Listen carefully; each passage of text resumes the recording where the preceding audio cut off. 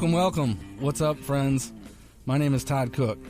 First, I want to say thank you so much for joining us on the Foam and Friends podcast, where we sit down with people just like you to talk about the spray foam industry and our lives as SPF professionals on and off the job.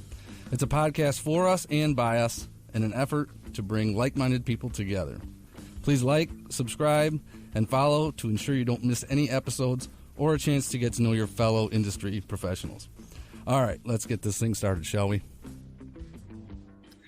All right, we're in week 3 of this. I was working on a website, or I was actually having someone else work on a website, and coming up with like a bio page. This is something to kind of explain who I was and why I decided to do this. And as I was writing it up, I decided to just go ahead and read it also on the podcast.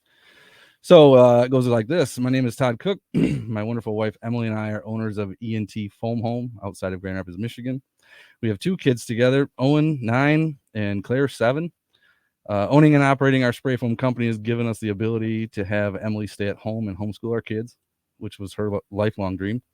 I have been spraying closed-cell spray foam since 2018 and found it to be very rewarding, a very rewarding industry to be a part of. Over the years, I've made a lot of friends and noticed that there are a lot of fellow foamers that have stories to tell. I have enjoyed listening to podcasts for years, and I find them to be educational and entertaining. For a couple of years now, I have often thought about how fun it would be to interview the people of the industry on a podcast. What kept me from doing it was that voice in my head that told me I have no business talking about and creating content for an industry that I have only been in for a few years and don't even come close to making the list of those with the most knowledge and experience. Well, in spring of 2024, I decided it was time to shut that voice up and just do it.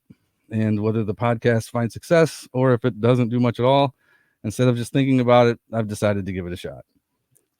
One thing I didn't want to do was turn a fun thing into another full-time job thing, or try to create something that comes off as a very professional thing.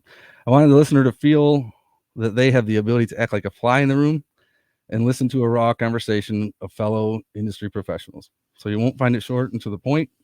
It won't be heavily edited, and it won't be anywhere near perfect. We literally turn the mics and cameras on, have hopefully a great conversation, and then turn them off at the end. And typically that is our episode for you to consume. As I get older, I realize more and more how important it is to never stop learning, and that there is so much knowledge we can pick up just from each other if we just take the time to listen. My other goal is that you get the feeling that you kind of know this person, even though you may never have met them or maybe have never even been in the same room as them. Because occasionally we have industry meetups, and it is then that you might see them and stick out your hand and introduce yourself. What is better than making a new friend? Thanks for listening to my podcast. Sweet, man. All right. My guest today is the former part owner of Foam Pros Insulation in Jackson, Michigan, and now owner of Fourth Man Fireproofing, Matt Stoner. What's up, Matt? Well, man, thanks for having me on the podcast. Oh, man. This Glad is to have you. Pretty awesome in here. It's not too bad. Yeah, I'm pretty excited. I can't take credit for it, but I'm here. I'm enjoying it. I'm glad you read your story. There are so many things in there that I picked out that I really just kind of. So first off, my sister's name is Claire. Oh, yeah. Yeah. So I really just love her. She just had a surgery on her hand, and oh, really? So she's going through it right now, man, doing rehabilitation on her hand and everything. So hopefully your daughter never has something like that happen. But you don't realize how much you use your hands until they're hurt. Yeah. She's like trying to do bow hunting right now and like trying to get her bow hand going again. And I'm like, you're such a psycho. You just like go like a week and a half out of surgery. Let your hand heal. She's a goofball, man. But you know what I love about you doing this podcast is, I think that flinging yourself into the wind is a little bit what this industry is like, because if you knew everything that it took to make it in spray foam, you probably wouldn't do it. Oh yeah. You probably wouldn't. I mean, that's a very good point. It's a rough industry, and the headaches are real, man. Like, So I mean I'm out of doing spray foam, but I'm still in the industry, Yeah. doing fire protective coatings, and I find it fun. So I've been spraying stuff for a long time. It's a really what you said is very true, and that's kind of a funny story that I wasn't able to share. I forgot about till now. When I was before I got into spray foam, I was really just kind of learning how to build houses. That's kind of what I wanted to do. Yeah. And I realized doing it that's not what I wanted to do. But I was just working for someone else, just trying to learn, and there was this other guy, and we were working one day, and I had already looked into doing it, the days prior. Mm-hmm. And so we were just working and we were talking, and I said, I think I'm gonna get into spray foam. And he goes, yeah, spray foam. He goes, any old dumbass could do that. And the funny thing is I agreed with him. I'm like, yeah exactly. Dude, total win. I'm the dumbass to do it. And then you get into it and you think about that old, and you're just like, wow, how naive was I, but that's the perception that a lot of people have, a lot of our customers have. Right. They're like, you're charging so much money. Right. That's crazy. Any old idiot can do this. And it's like, well, no, any old idiot can do it wrong. Yeah. Oh yeah. Any old idiot can do it wrong. But to get it right. I was at a customer. I was looking at a house earlier today, and yeah, I mean, a lot of people. I was telling them we were talking about something, and I said, anybody thinks they can just start spraying at the wall. It's everybody's had a can of spray paint in their hand and they painted something. Sure. And everybody thinks it's probably just that easy. And it's like, well, there's a whole lot more to it than that. Sure. You just don't know. One of my favorite questions to ask people is, I'm like, do you ever play with that can foam, great stuff sort of thing? And they're like, oh yeah. I'm like, did you ever get it someplace you didn't want to get it? And they're like, oh yeah. And I'm like, that's my life every day, but at 1200 psi. And they're like, oh. And I'm like, exactly. It just gets everywhere. That's the thing I think that surprises me the most. Was I was used to paint over spray. I was not used to spray foam over spray and how absolutely crazy far it can go. Oh, yeah. I remember one time we were doing a spray foam roof, and it swept over the side of the building down like 4 stories and peppered my truck. Oh, really? Oh, yeah, it was terrible. It would come. My kids were on my truck with like credit cards trying to scrape it off. Man. It didn't come off. Actually, the only way it came off is I drove it through the winter, and the snow and ice took it off. Oh, really? Yeah, totally. Yeah. And I'm sure the sun helped out a little too. Yeah, definitely. Yeah, exactly. So I didn't know you guys did that. You were doing a roof. Yeah. We've done a few of them. Wow. Well, that company that I owned. Yeah, we did a few of them as Foam Pros. Yeah. It was fun. I actually really enjoyed spray foam roofing. It was a lot of fun. Of course, I did a lot more of the coating aspect of it than the spray foam roofing. And that's honestly, I kept getting into. That was kind of how I fell in love with the coating thing. Was just I kept doing different coatings with these sprayers, and I'm like, man, I wish I could do this all day instead of spraying foam all day. And so when I got an opportunity to do that, I just kind of jumped on. It was a lot of fun. Yeah. So you guys decided to dissolve Foam Pros, and so your old partner Mike, is he kind of just changed the name, and he's still doing that. Yeah. Mike went. So I guess with full story, I was flipping houses at the time. Mike was selling for someone else, and he came up to me and asked if because we had lived together before, like we'd already been close friends, and he came up to me and asked if I wanted to go into business with him, if I could finance the stuff and get stuff going. And so I was like, well, I don't have any money, but like I could get some. So I was able to get we bootstrapped this thing together. Like we went crazy in the beginning, but we didn't have, a thing to start out with besides sales, and you can build a business on sales. Oh, So if yeah. you've got the money rolling in, you can figure stuff out. So we went out and we rented a trailer. And that was interesting. Had a lot of problems with the trailer. Yeah. That's not maybe that's not the way to go. But we rented a trailer, bought a cheap truck, and just started, Mike just started spraying his butt off. Honestly, he just went hog wild, and I was still flipping at the time. And so I like finished up my flips that I was doing, and then came on and started working full time with Mike. And then we added another rig, and then another truck, and then another truck, and another and another rig, and yeah, it just kind of took off. So Yeah, you're right about the sales. I mean, everything else can just fall into play. yeah, absolutely. If you can sell, that's really everything. Business is always a sales game. That's one of the things that I think I commented on the on one of our, I don't know if I bring them up, but Spray Foam Worldwide, I love those guys, so Absolutely. why not give them a shout out? That's one of the things I brought up. Guys are always complaining about how they can't, like, about price. And the thing about, like, I've been a salesperson for a long time. Mike showed me so much about being in sales too. He's an excellent salespeople. We had 2 great salespeople running with this company, and so we could just sell stuff left and right, because we were always selling, both of us. So the thing that they really don't understand, I think, a lot of the guys, is that if price is always your main focus, then your customer's main objection is probably always going to be price too, because they're so focused on that. But really, the thing is that the customer's genuine, their genuine objection generally isn't price, if you just, like, leave it out of it, you know what I mean? So they're usually more concerned are you going to get the job done right? Is it going to be, is it going to be done on time? Is it going to be done in a professional manner? Are you going to do it safely? All these other things are so much more important than price.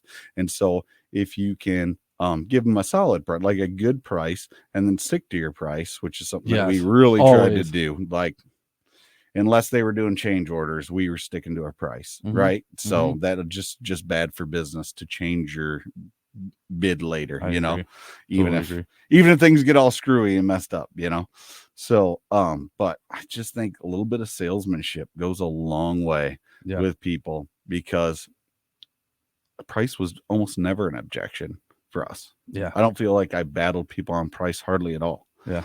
They were sold on us. They wanted to go with us, and they just went, and we closed. I mean, Mike was a better closer than I am, true, but we didn't even hard close people. I mean, no contracts. Like, maybe we were running a little crazy, but and everybody paid us. Like, we just really did a good job, because we really focused hard on customer satisfaction.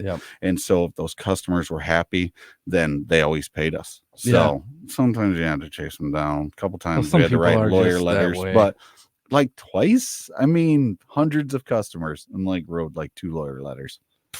Okay, I'll take it. Yeah, not bad. So I mean, that's the thing is if you can do the sale, obviously, like I said, that's everything. But it's you have to obviously perform. You have to leave them looking around the room when you're done, going, yeah, that's nice job. If they're happy, and I tell people a lot of times, I'm like, and one of those things maybe I shouldn't do, but I usually do 100% at the end of the job.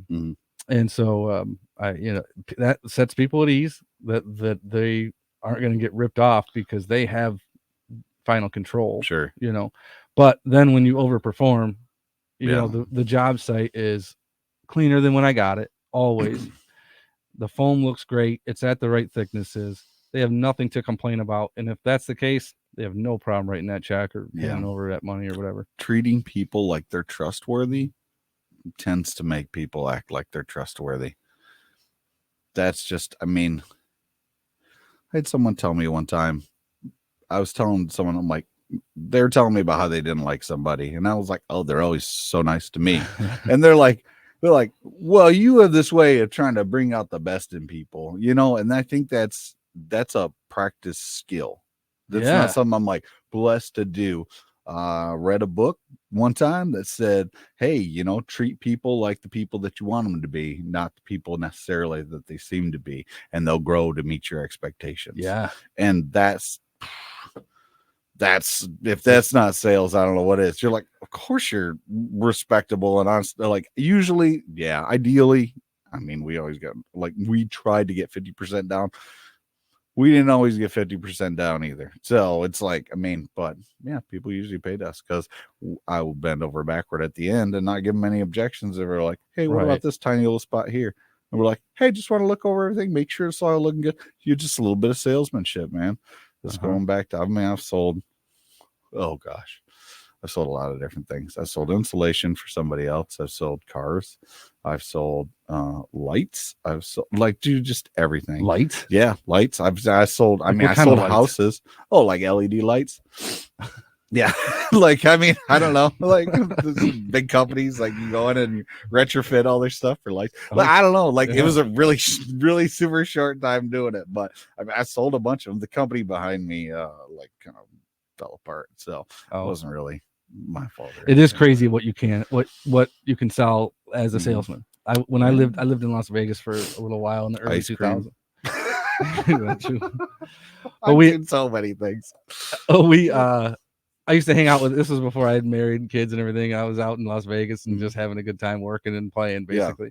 Yeah. And we somehow became friends with this guy who was his full-time job was selling art. He sold art. Now in Las Vegas, you can do that. But I'm like, in Michigan, I don't think you can make a whole lot of money selling art unless you're at like the biggest art studio in the state, maybe. You know what I mean? I just thought that was so weird. I'm like, you sell art. But anyway. I'm selling boudoir photos of myself. If you guys want to check out the website. any ladies on here or some interesting men? There's some calm down, gentlemen. That seems to be a thing too these days, huh? I see that sometimes on Facebook. You get like a advertisement for a photographer or that, and I'm like, okay, interesting. I feel like my wife is friends. So if anybody doesn't know what that is, it's like Playboy. It's like lingerie. It's like lingerie. Well, the goal is to, I mean, in my circles, you go and you have your wife do it, and then she makes a little calendar for you. And you're going to get yourself in trouble. I'm just saying. I mean, my wife hasn't done it yet. I wish you would. Allison, please. Now you're definitely going to get yourself in trouble. No, oh boy, I'm not worried about it. So you were flipping homes for a while. Yes, we called ourselves the Flipping Stoners. The Flipping Stoners. Oh yeah, the Flipping Stoners. Yeah, that's got to be an interesting last name to have, dude. It's a riot. Is it? Honestly, like, yeah, you gotta have fun with it. Otherwise, it will be the bane of your existence. So yeah, let's have a good time with it. I can see you being like 17 or 18 years old and like going to a job interview and someone being like, is this really your last name, or you just put it there to joke around? No. Most people just accept it. Yeah. As long as you have to, it's your last name. I mean, you right, got it your whole life. So anyway. 6th grade was rough, but other than that, like yeah. When kids figure out what a stoner actually is, right? No, 6th grade. When they find out what it rhymes with. Oh. Yeah, that's the one. Yeah. But after they find out what it is, then it's pretty cool. Then you're like the cool guy. Yeah. Okay. Oh yeah. Took a while, but 6th grade was rough. So the Flipping Stoners, how'd that go? I mean, it went really well. We made money. I mean, it wasn't good money, but it was money. It was working for yourself. Yeah, it was working for myself. And that was the big deal, is that it was the first step in working for myself. Hate to tell you this. I sold a 1972 Chevelle. Oh, you told me you had that. Yeah, it was a nice car. Wait a minute. When did you sell it? Before I went into flipping. So before you knew me. Oh, okay. Yeah, I sold it to pay off some of the debt so that I could go into flipping a little bit less unencumbered, So we paid off some student loans and probably a credit card or something like that and got rid of. Dude, we paid down a bunch of debt. before we went into business for ourselves. Just 'cause I didn't want to take the risk, you know, Yeah. being super heavily laden with debt, trying to go into your own business. It's tough, man. It is. You know, you want to be able to scrape by if you need to. So, but yeah, we made decent money flipping houses. It was pretty fun. I did a few for my dad first, and then I went off onto my own and did my own. I think I did 5 or 6 of them. So, yeah, lots of work, lots of craziness. Thing I liked about spray foam was that it was linear. You could show up in a trailer, do all the work you had to do in one day, and then get paid. Didn't have to run to Lowe's 16 times. Yeah, so you could just knock down jobs. Yeah, so much fun. Yeah, I agree with that. It is really. I like to, you know, whether the job is one day or whether it's a week or whatever. It's like, get the job done, get your money. It's over. As long as you did a good job and it's not going to come back and hunt you, it's over. You know, you've got your money. Your work is done. Yeah, that is nice, dude. And that is one thing. And you can just buckle down and go. And that's something. There's something that comes alive in me, man. When I get on a job and I start spraying, doesn't matter what it is, foam or whatever, I don't like to stop. I don't like to stop until it's done. And if I can go and squeeze out that extra hour or two and get it done, I'm not coming back tomorrow. Yeah, I'm gonna finish it. And it just kind of there's something that makes you kind of feel a little bit alive when you're working really hard and just like getting it done and making good money. I don't know. For me, that's that's something you could get addicted to. I don't do drugs. I know. Stoner. I know. I don't do drugs. I barely drink. Not living up to the name. Yeah, like man, addiction for me is I gotta watch working because working will draw you in. And I got a family, and my family, I mean, means everything to me. But they do. I can tell. I can tell that in you. I gotta pull that back. But man, everyone knows what it's like to spray a good day. You're feeling good, man. Good day of spraying and make that money, get that check at the end, run to the bank, throw it in there, drive your truck home. It's a good day. That is a good feeling. Yeah. You spend a lot of time with your family. I could tell. I've known you for, we stayed in Daytona together. Yeah. Me, you, and Mike and Brian had a blast. We had a lot of fun. That was 2022. Yeah. About a little over 2 years ago. We're going to Is that right? Wait, no, that was a little over a year ago. Yeah. What? Yeah. Was that 23? That was 23. Yeah. That was just over a year ago. We're going to stay in Las Vegas, but unfortunately. Yeah. Do you want to talk about that or no? I mean, we can. Yeah. I went to go book the flight, and my mom called me, and she said that my brother-in-law got in a fatal car accident and died.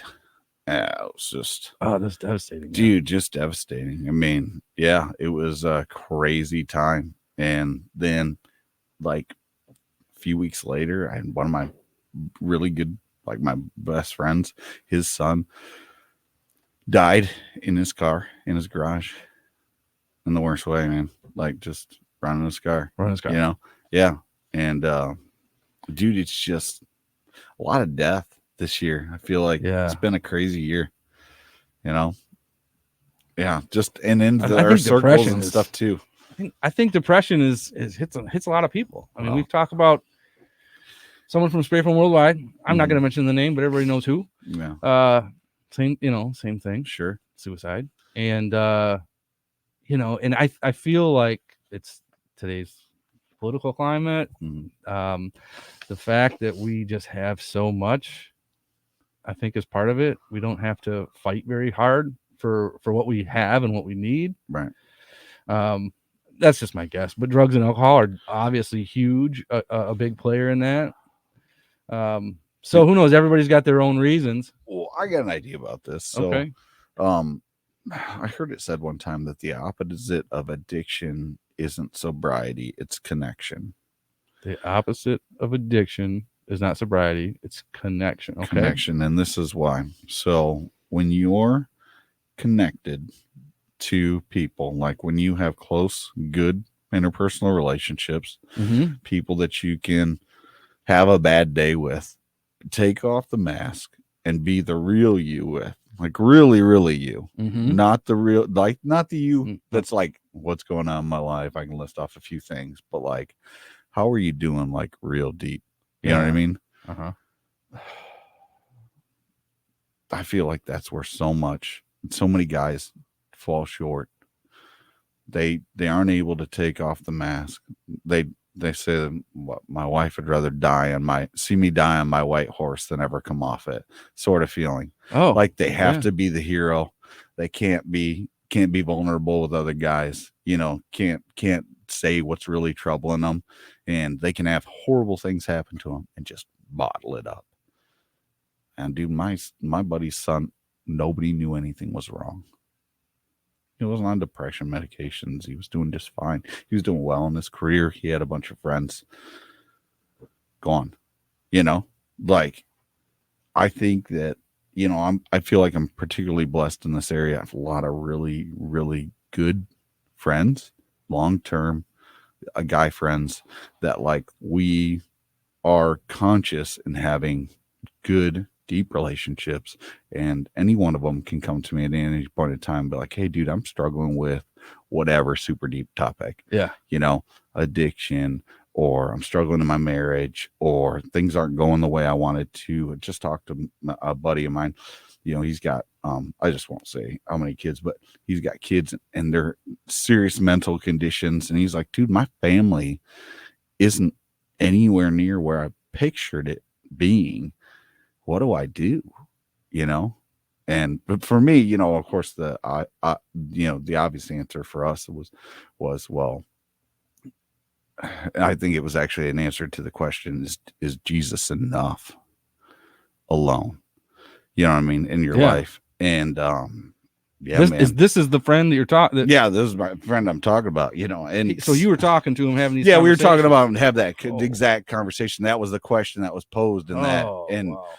So it's like, okay, well, when your marriage doesn't work out and that's what you're basing your identity off from, or when your kid dies, or, when your job's gone, your business fails, the money's gone or whatever, is, for us, we base our life around Jesus, and like that's the rock on which we stand, right? Yeah. So that was the I didn't mean to turn this into a faith podcast or anything, but like that's great, dude. I've been through a lot, man. I've got, I'm on dialysis currently. Like, I've had kidney failure. I had kidney failure when I was 19.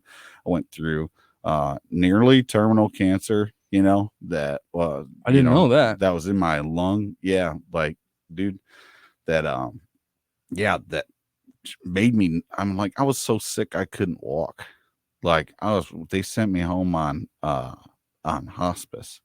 I was like, maybe a couple months, Holy cow. And I lived, so I don't think. How many years ago was that, dude? That was that you had a couple months. 20.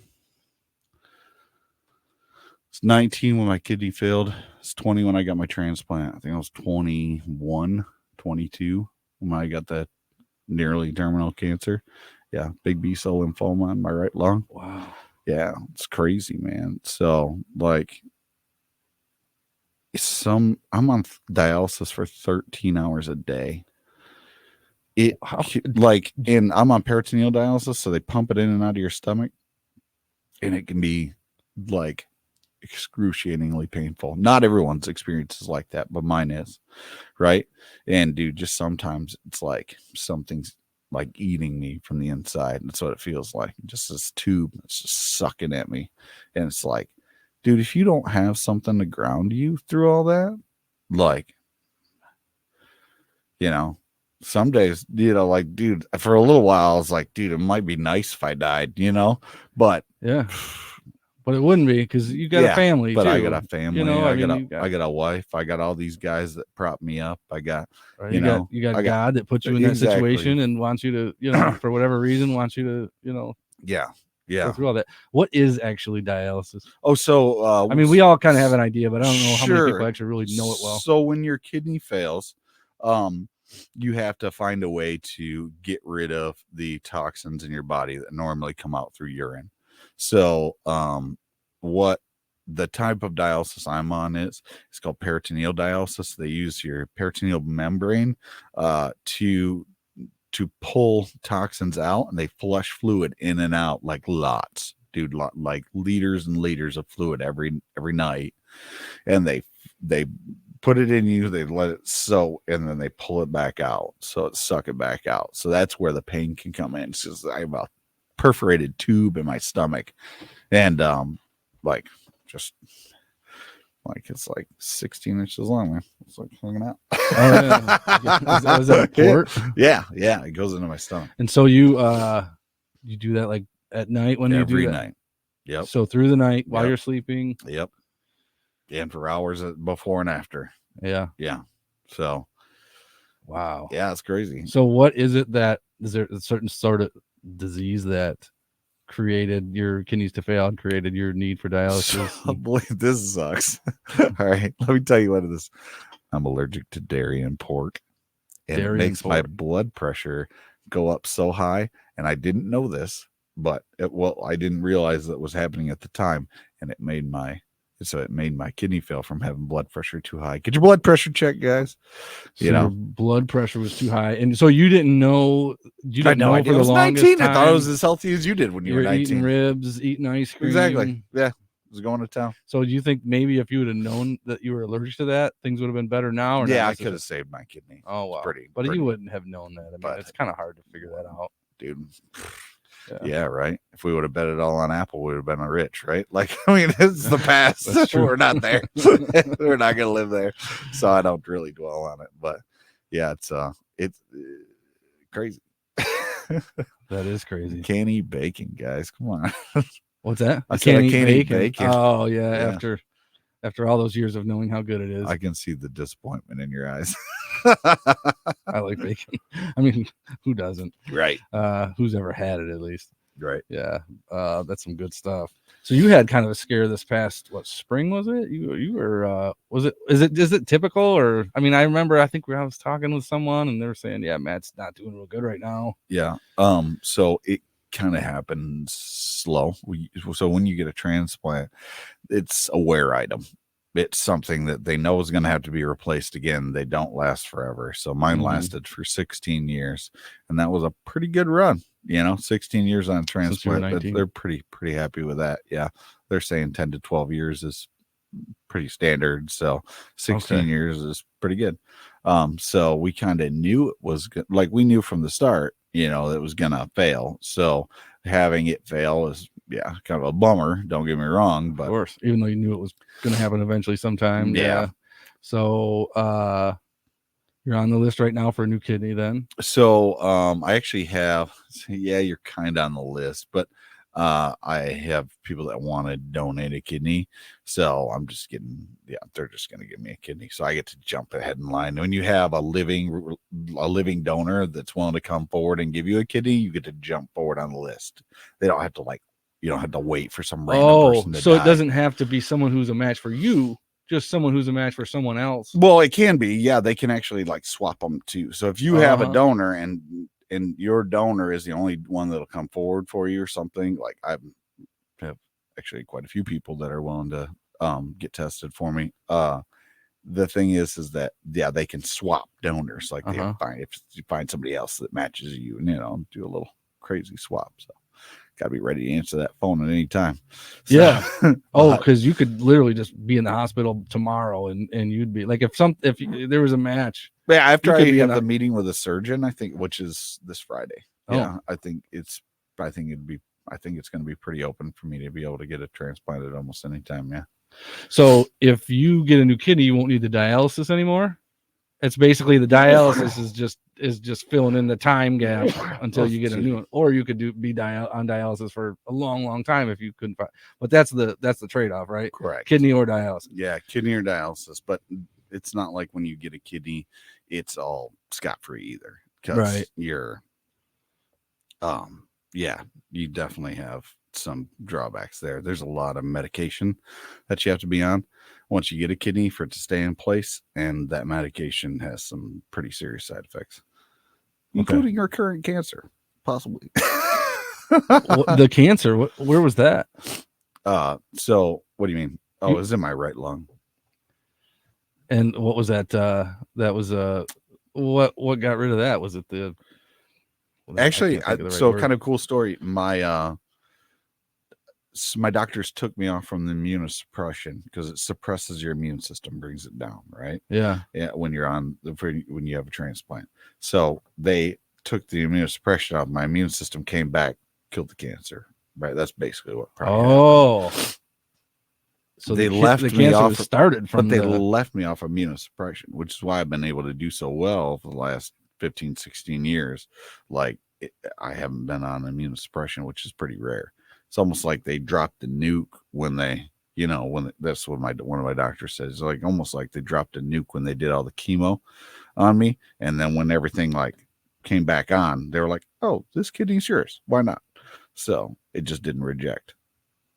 Wow, interesting. Yeah, pretty rare. Tell me about your family. I have a wife that I've been married to almost 11 years. Oh, and her name is Allison. And then she's a stay-at-home mom, and she would love to homeschool. Oh my gosh, that's all she talks about. Yeah, and it's kind of the culture today. I mean, a lot of people either do or really want to. It's some of the silly things at school are just like they can't play tag at my kids' school because someone's gonna get hurt. Really? Can't jump up the swings because somebody's gonna get hurt. Like the things that they can't do are just stupid. And I'm like, I like the school they go to for the most part, and the teachers seem genuinely concerned for the kids' well-being and stuff like that. But man, I don't know if it's just too many women in the school or what, but like, I mean, kids got to be able to be kids. I don't think it's the women. I think there's a lot of women actually that are very, that don't agree with that.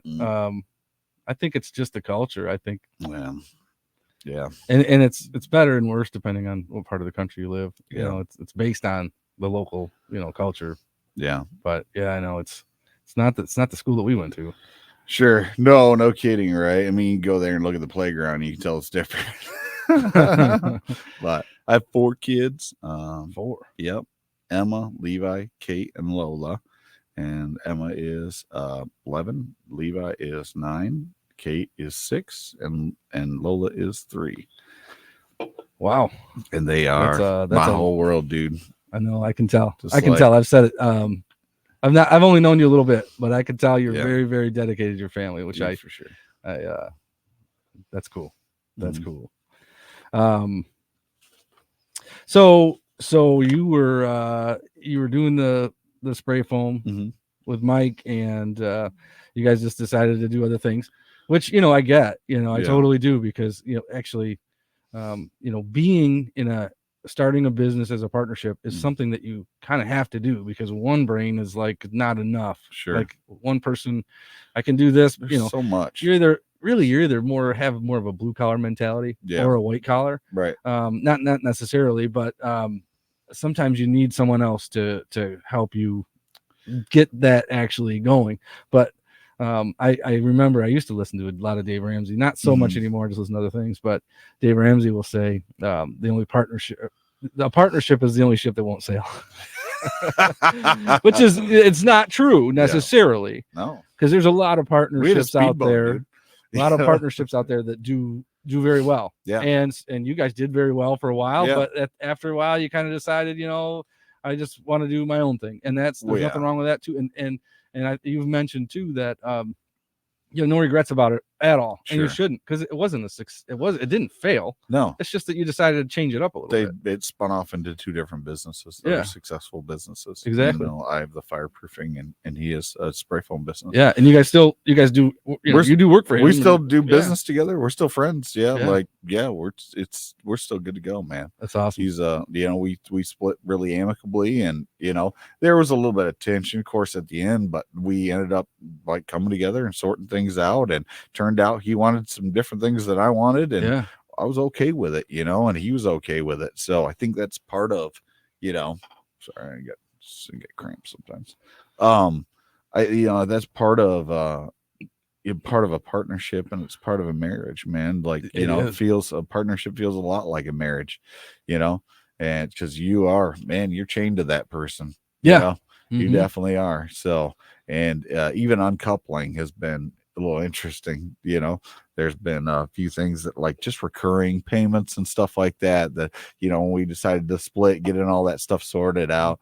But no, I was blessed really with a good business partner that really tried hard and was willing to work hard. And and we just tried hard, man.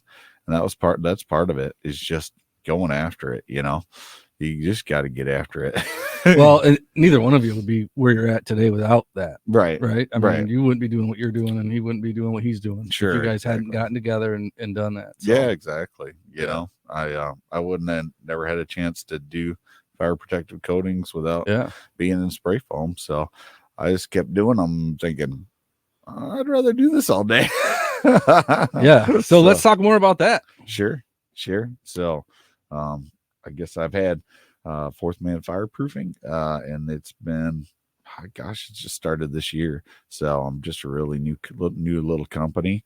We've done a few large jobs, and I just had a bunch of fun with it so far. Like, dude, something I love about being way up high, like on a lift or whatever, man, crawling through rafters. I just love it.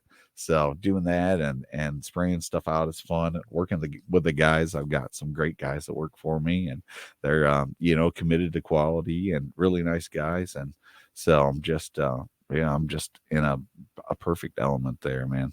Yeah, it's just great. Yeah. So also to promote your business a little bit, anybody who's around the greater Michigan area, if you have a job and you want to spray foam it and they need a fire protection, but you don't want to do it, or you don't have the equipment, or both, or whatever. Sure. Matt's a good dude to call, because that's all he does now. Yeah. That's it. Yeah. He's the pro at that. Well, and I love it. And one of the big things that people don't realize when they're like, well, hey man, spray foamers are, they've got the ingenuity. It's not like they can't figure out how to do fire protective coatings. I would never put that on them. The question is that if you don't do it every day, are you really sure that you want that kind of liability? Mm-hmm. Because what you're doing, and the fire inspector and everything, they're going to nitpick every little thing, to make sure that you've got an excellent job done first off, which is, it's fine with me, but also you're on the hook for your exact thickness and stuff like that. Mm-hmm. Like in spray foam, if you don't put the exact thickness on there, plus or minus, mm-hmm. half inch or something like that, if you take the amount of foam installed in the job, there's like a general thickness. Mm-hmm. There's a lot of leeway there. You know what I mean? If you don't get it right in fire protective coatings, like, yeah, it's rough, man. It'll be fine if there's no fire. It can be fine if there's no fire, right? Yeah, exactly. And that liability could come back on you. And the real question is your insurance company really covering you to do that? Because I know I can think of quite a few different foam companies off the top of my head that their insurance company dug in. They're like, "Why are you doing this? Don't do this anymore." And that's why they have me do it. They don't want the liability. They don't want the responsibility. And if you're not doing it every day, then I had to fill out a resume for my insurance company just to be able to get the proper coverage for what I was doing, because if you tell them, hey, this is what I'm actually doing, if you're just doing it on the side, so, I mean, shoot, people thin this stuff down. I've seen people use paint instead. Like, there's all sorts of stupid things that could go on, that I do not recommend. but honestly, I tend to go a little bit overboard, with every job, price a little bit higher, because I gotta, I put it on a little bit thicker than I need to, just so I'm, so I'm good to go. It's probably very difficult, cheap insurance, and a pain to compete with the people that are just, we'll just throw it on there, like whether it's watered down with paint or watered down with whatever. People using regular paint and saying it was fire protective, or saying it was fire protective coatings. Yeah, that's scary right there. Contractor shows up, pays, puts paint on there, exterior paint or something like that. walks away. Yeah. No, it's fine. Well, and I mean, the chances of the building burning down is not that Dude, very slim. high. You know, Yeah. it's slim. Right. Yeah, let's just say for 30 years or whatever, the chances of it burning down are like probably less than 1%. Right. Definitely less than 1%. Yeah. So a lot of people probably find that easy to just, we're just gonna do this the cheap way and not worry about it. Sure. Just as long as we can make the code inspector happy and all that sort of stuff. It's just an easy way to cheat, but yeah, it can. That's it the can last really, guy you want on the job site. Yeah. No But doubt. a lot of, I mean, honestly, that hasn't been the main concern. Main concern is, can you do it on time? That's what they're people don't usually balk at the price. They don't usually balk at, whatever. They're like, can you do it on time? Can you get it done? Is it going to be really good? Because when you're doing commercial, and if for some reason it's not good, are you going to be back to fix it immediately? We don't want this to hold up the job. Yeah. And so that's I don't know. That's what I'm good at. So then, yeah, you definitely find yourself in those situations where you're like, just keep going and put in a 13-hour day, whatever it is, until you can't do it anymore. I'll tell you what, man. And well, that's the thing, is that with my body, I do have to have guys that work for me, because with my body right now, dude, I can't create electrolytes like properly, so or effectively, so where other people's body could keep like, I just had a leg cramp, and it was because I drove here. Oh, right. Yeah, like you're like, why is it? Yeah, like I just had to pull my leg up. Well, that motion like that sometimes will make me cramp up, and doesn't matter in magnesium, potassium, whatever I try loading into my body, my kidney doesn't upregulate those electrolytes anymore, so it just doesn't work. So you've got however many hours a day that your body will let you, and then you just have to shut it down. Right, exactly. So, yeah, but you've got it doesn't stop me from getting stuff done. I got guys that work for me. They're young. Yeah. They can handle it. Yeah, so that's true. Yeah. I just make sure they do a great job. Yeah. Be a good supervisor. Where'd you get the name Fourth Man Fireproofing? Fourth Man Fireproofing is story about Shadrach, Meshach, and Abednego. Oh yeah, in the fiery furnace, and when they're in the fiery furnace, they get put in there for not bowing down to idols, and a specific idol actually. But and then they when they looked into the fire that was hotter than hot, they saw four men, one that looked like an angel. And so that's where the Fourth Man Fireproofing is. My wife came up with it. I liked it. That's so great. I went with it. Yeah. It's distinctive and clever enough. When you look at contractor bid lists, puts me at the very first, because I'm a number in my name. Oh, yeah. That's always helps out. It's like A1. Yeah, right. Exactly. A1. That's where that why everything's called A1 is because that was in the phone book. Yeah. A1 was always at the very first page of the phone exactly. book. Well, it turns out if you put a 4 in the front, guess what? It's after 2, 3, and yeah. Yep. You went to college for to be a diesel tech? Yeah. So I actually went to trade school to be an automotive diesel tech. That's kind of how I got my start. And then once I had my kidney failure, they were like, hey, you probably shouldn't be around this stuff all the time. So I ended up changing careers. Plus, I didn't really like it. So, yeah, I kind of bumped around a little bit, did a lot of sales. Like I was saying, I did. I sold ice cream. I sold all sorts of stuff. I worked at when you say you sold ice cream, you mean like you were working at the window, or no, you were out there with a sign like come buy ice cream here? It's actually a little bit different than that. I worked at a naturopath's office doing all sorts of body work on people, right? Like like really cool. There's all sorts of crazy machines, lasers and sound machines that break up calcium deposits in your joints and stuff like that, like that help with arthritis, like wild stuff, right? And so it was kind of a cool place, and I was like, oh, this place is pretty neat, and they helped me a bunch with my health. So I worked there for like 4 years and just had a blast. But while we were working there, we were like, we kept making these shakes, and these shakes got better and better. And my buddy was like, we could probably turn this into ice cream. So we made our These own are non-dairy shakes, right? This was non-dairy shakes. Yeah. Just making sure. No. Making yeah. sure you're exactly. watching your health. So this was actually, it was like we called it dairy safe. So it didn't have dairy proteins in it. It was low carbohydrate. It had like brain boosting what do you call it? Oh, I need some right now. Brain boosting.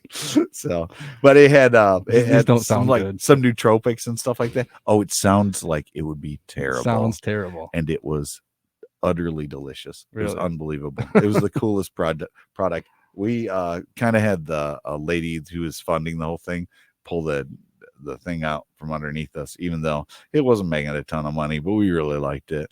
And yeah, it was a blast. So I sold something like ice cream. I don't know, just made a whole business up. I don't know, I'm weird like that, man. I like jumping on new ships, honestly, like I've been in this industry, and I really like this industry, but I just have fun with new businesses, man. I've done fun. Rental property management. Like, I don't know. I just have fun with business. I've been a serial entrepreneur forever. And if I end up somewhere else in the foam industry, I would not be surprised. I just like it, So I don't know.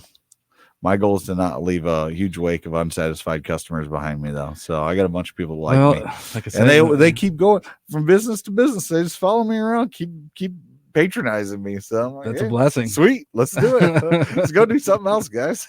I mean, that's kind of like with this, I mean, I'm like to start something that I've never done before that I know nothing about. I love that. But it's all about the relationships, right? Yeah, it's all about the friends you make along the way, the relationships. And it's just it's fun. That's the thing. It's fun. So as long as it can be fun, I'll keep doing it. Takes courage to be bad at something, man.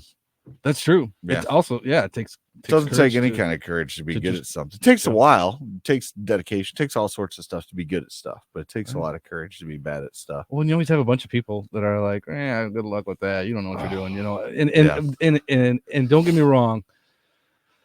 Those can be fuel that you need. That can be motivation. It can be. It really can't, so as long as you can take that on as, hey, you don't think so? I'll show you. That's a really, really good thing. I think in years past, it was I wasn't like that so much. I was kind of just like, I'd let them tell me why I shouldn't start something, why I shouldn't do something. Sure. And the thing is when you've been successful at one or two, then you're like, this is not that hard. I can do it. Yeah, man. Some of that self-talk is so critical, because if you start running yourself down, you can be your own biggest hater. True. Very true. That's very true. So like you were saying, no one probably told you couldn't do a podcast. Except for me. Yeah, exactly. Yeah. Because you told me you're going to start a podcast. I'm like, yeah, heck yeah, dude, do it. See, I need more friends like you in my life. Really. Hey, I mean, man. you really got to have people like you in your life. People that, if you get rid of those people in your life that are just telling you just negative, and you start finding the people that are positive, it can really do great things. It's that old adage, man. You are the top 5 people you hang around. You will share their beliefs, their income levels, their intelligence level. So find 5 people you really want to be like, stay around them, because it really is. You take your 5 closest friends and you average their income. You should be right about in the middle. You're not going to lead the pack for very long, because you'll figure out either yours will draw down or theirs will draw up or something. So, and your political opinions, we just gravitate, when someone asked it this way, when your kid gets around somebody that is a bad influence on them, when are you too old to not have that work like that anymore? Like, I would tell my kid, hey, don't be around that person. They're not a good influence on you. Mm-hmm. But a whole lot of people grow up and they keep either childhood friends that weren't ever a good influence on them because they've just had their friends for a long time, or they find new friends that they're just at work or whatever. You spend a lot of time around people, inadvertently. Mm-hmm. And so you can, if you got a guy that's like, oh, hey, it's all right to, cheat on your wife or, gamble or whatever kind of, I don't know, whatever bad habit you want to have. Vice and whatever. And you just don't have the resistance to it as much anymore. So, yeah, man, pick your friends wisely. And by all means, dude, call me anytime. Yeah, I will. Yeah. I will. I got you on my phone number. I got you on my my phone. Yeah, it kind of there's some actually an old pastor of mine, his wife. I heard this story probably in church and from family members too. My sister was mentioning it, is that her kids were maybe hanging out with some the kids, sketchy kids. Yeah. And she told them, she said, I don't care if you hang out. I don't have a problem with you hanging out with these kids, but I want you to be the what's the word? Man, it's such the an influencer. The influence, yeah. No, I want you to influence them. Yeah. Because that will bring them up instead of bring you down. Yeah. Well, it's a time thing. So if you're going to be the influencer, you have to go there with a specific purpose.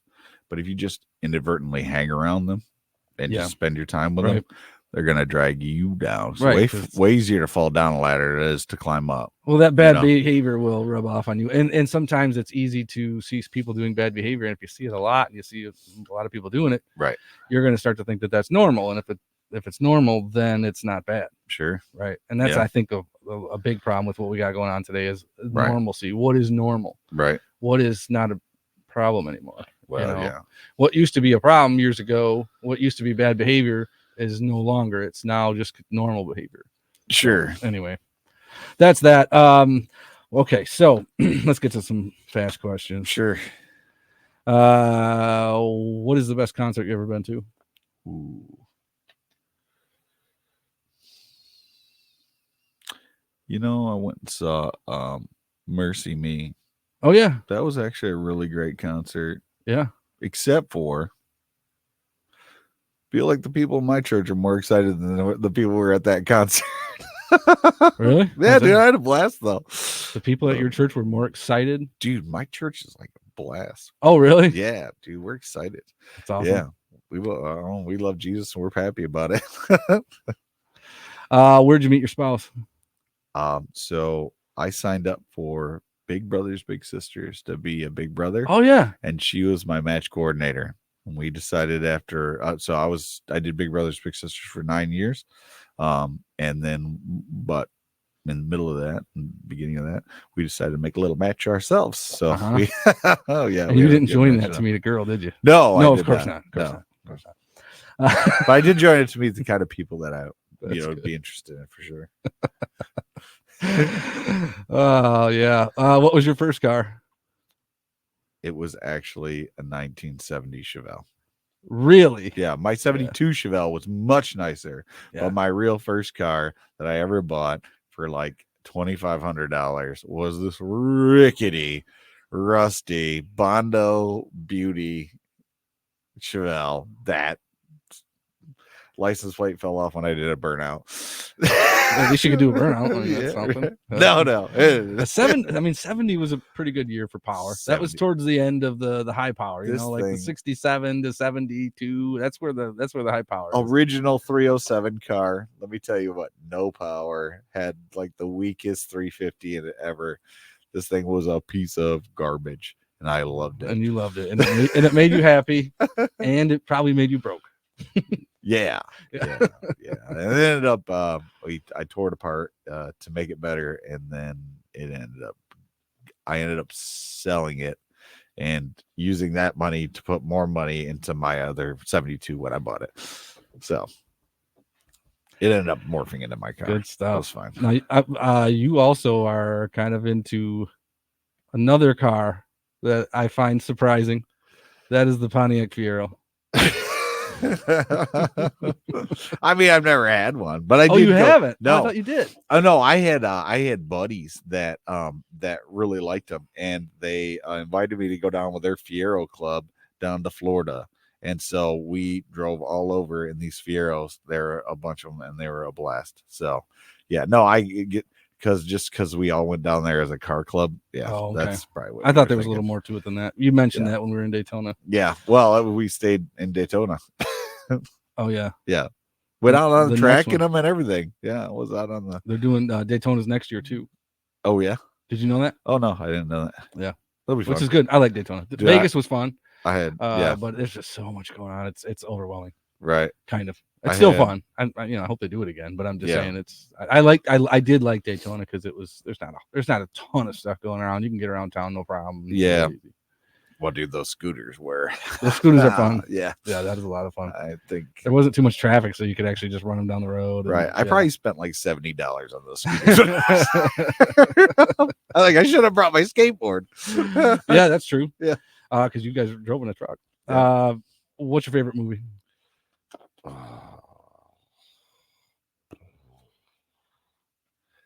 Dude, probably the Lord of the Rings. Oh yeah, series. Yeah, I really like them. Yeah, Lord of the Rings is a tough one to beat. I even like The Hobbit. You like that? I like all that. Either that or probably.